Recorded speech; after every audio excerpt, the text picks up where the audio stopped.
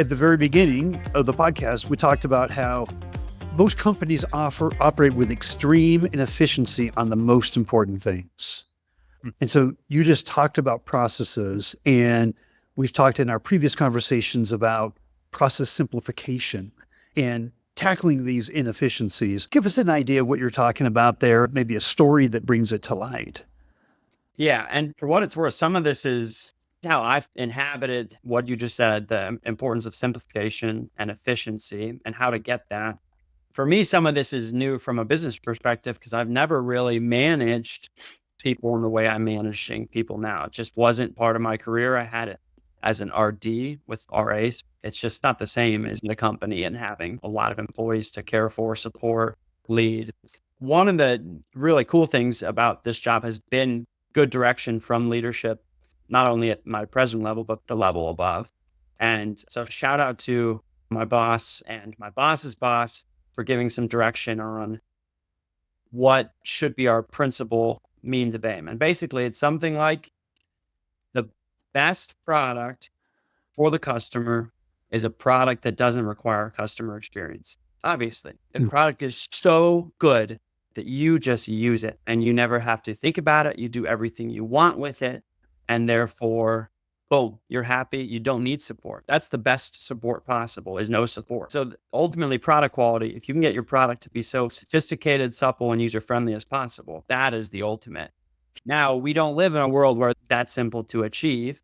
So CX, though, has to be embedded within that world of aiming to help R&D researchers do as much as possible to increase the quality of that production. And that's a first principles kind of medieval understanding of how the world functions, is that the good is the most unified thing at the top.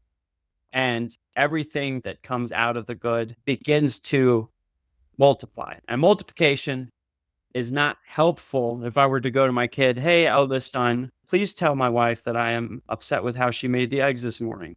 I've introduced a layer of mediation that's unnecessary. And depending on how that conversation goes, he could make the tone happier or more frustrated than I actually was. And you introduce layers of mediation that are unhelpful for communication wise. That's one way to think about how businesses can go towards bloating bureaucratically, is instead of being as tight to the goal as possible, we introduce layers of sophistication that look really nice, but actually create more problems than they fix. That's something, especially my boss, a guy named Mark Lloyd, are all about. First principles thinking, Aristotle, legit, how to run SaaS companies, invoking the name of Aristotle. The connection there with research is super fascinating because in the medieval period, you have the vices and the virtues. Today, we have values. Values are economic terms. They relate to how much you value something. Like a bottle of water is valued like this in our country, and that's all related to economics, but you place a different value on something else. So it's like money terms. Virtues, they all subsist in the goodness of the creation of the world. Goodness just exists and everything is built on it. So virtues are all tied to discerning the goodness. Values are all subjective.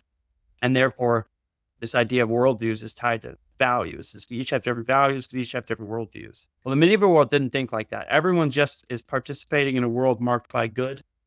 And therefore, you only have 7 virtues. There's no extra kind of virtues. All the virtues subsist within these different virtues. And the main virtue, at least the cardinal virtues, is prudence, which is the ascertainment of the truth. It's the ability to see and listen to reality and respond appropriately. That's research.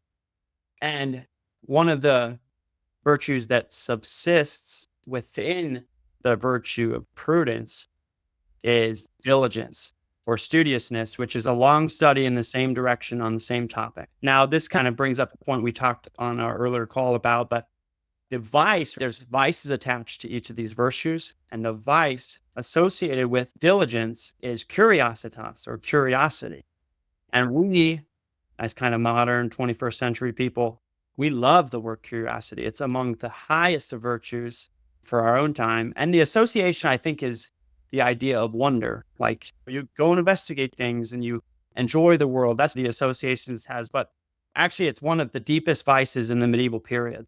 You do not want to be a curious person. That's where you get the curiosity killed the cat type of thing.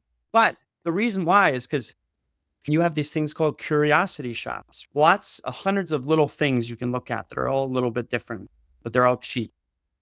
And that's the point. The difference between curiosity and studiousness is depth.